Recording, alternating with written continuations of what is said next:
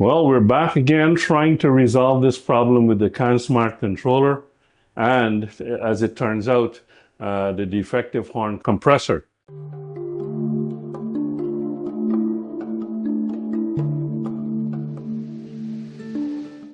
Since the last video, I contacted Denali Support again, and they were very helpful in sorting me out with a return RMA number for the other CANSmart controller that I bought. Because if you remember from the last clip, I had hooked everything up.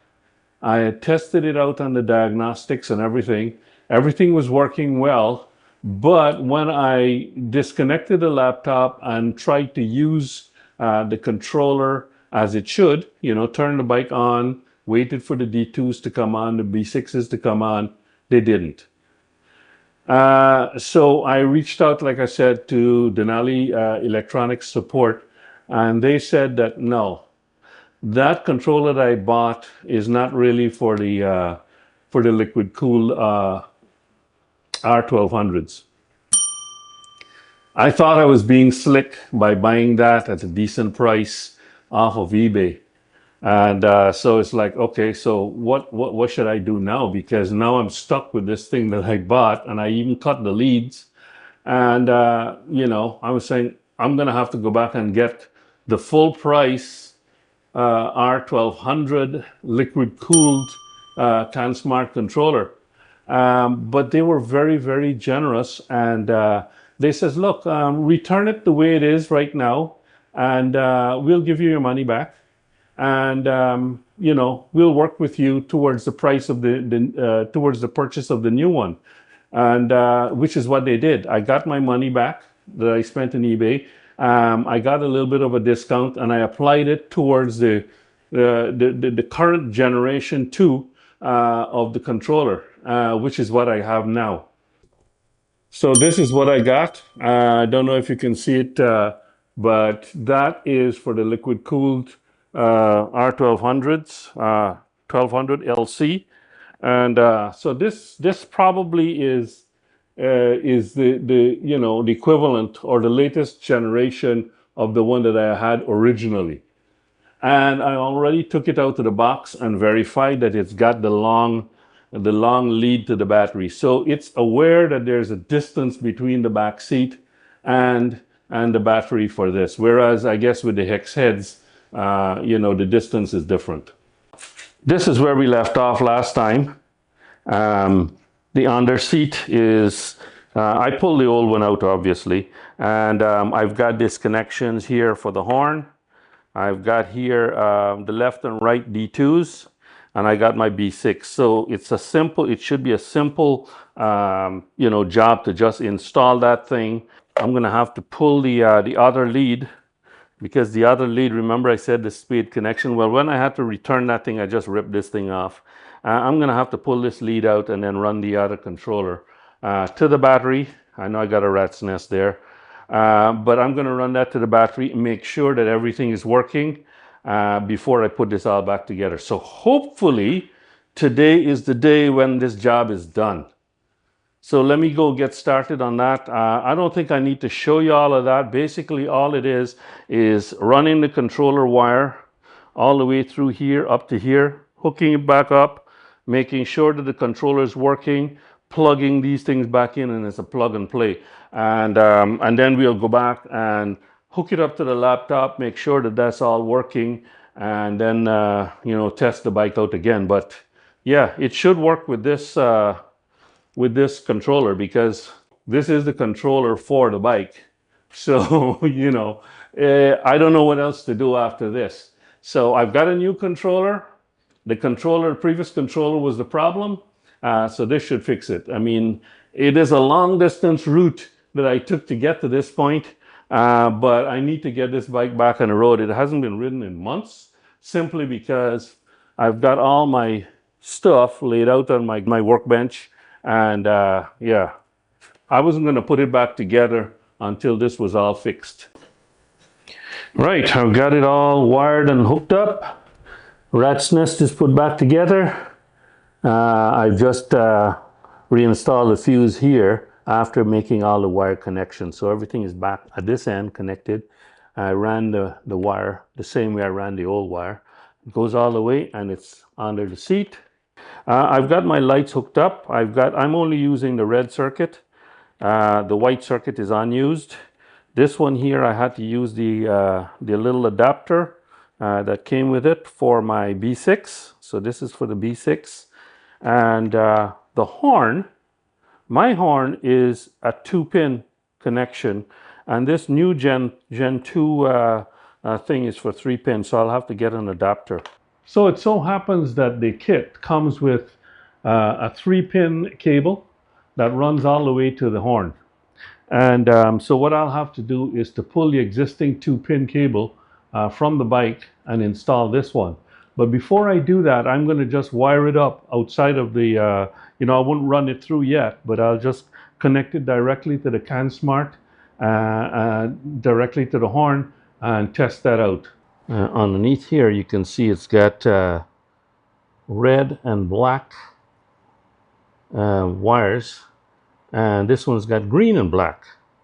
So I'm going to just connect this up, black to the black and green to the red terminals, and then I'll go to the back end and I'll plug that into the CANSmart and we'll see how it goes. Now before I connect the CANSmart to the new wire that I just installed, I'm going to pull the fuse just to be sure. Good, we're all connected up now. It's all connected, so now it's just a matter of reinstalling this fuse down here. Fuse is back in the bike. So now is the time to give this a test. You can see the light. The light is on. Let's turn this on now. Key is in there. Turn this on. I just got that little warning light for the service, and here we are. We've got the D2s.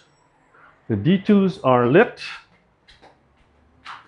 B6 is lit, and hopefully we have a horn. There we go. Success! Yes. I expect that the B6 would be working. Let me press the brake. Yeah, that flashing that you see is coming from my VisiTech right here. So finally, I've got success. Everything is back to where it was. Let's hear that beautiful horn again. Excellent. It's been a while since I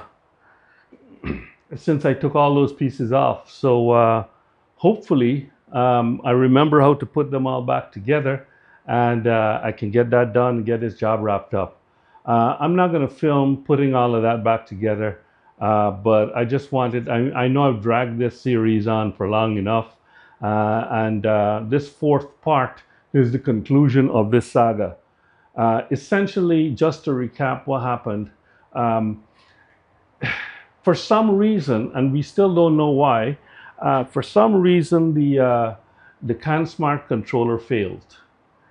Clearly, it wasn't working anymore because there wasn't even any kind of lighting of the LED didn't come on. And it wasn't the fuse.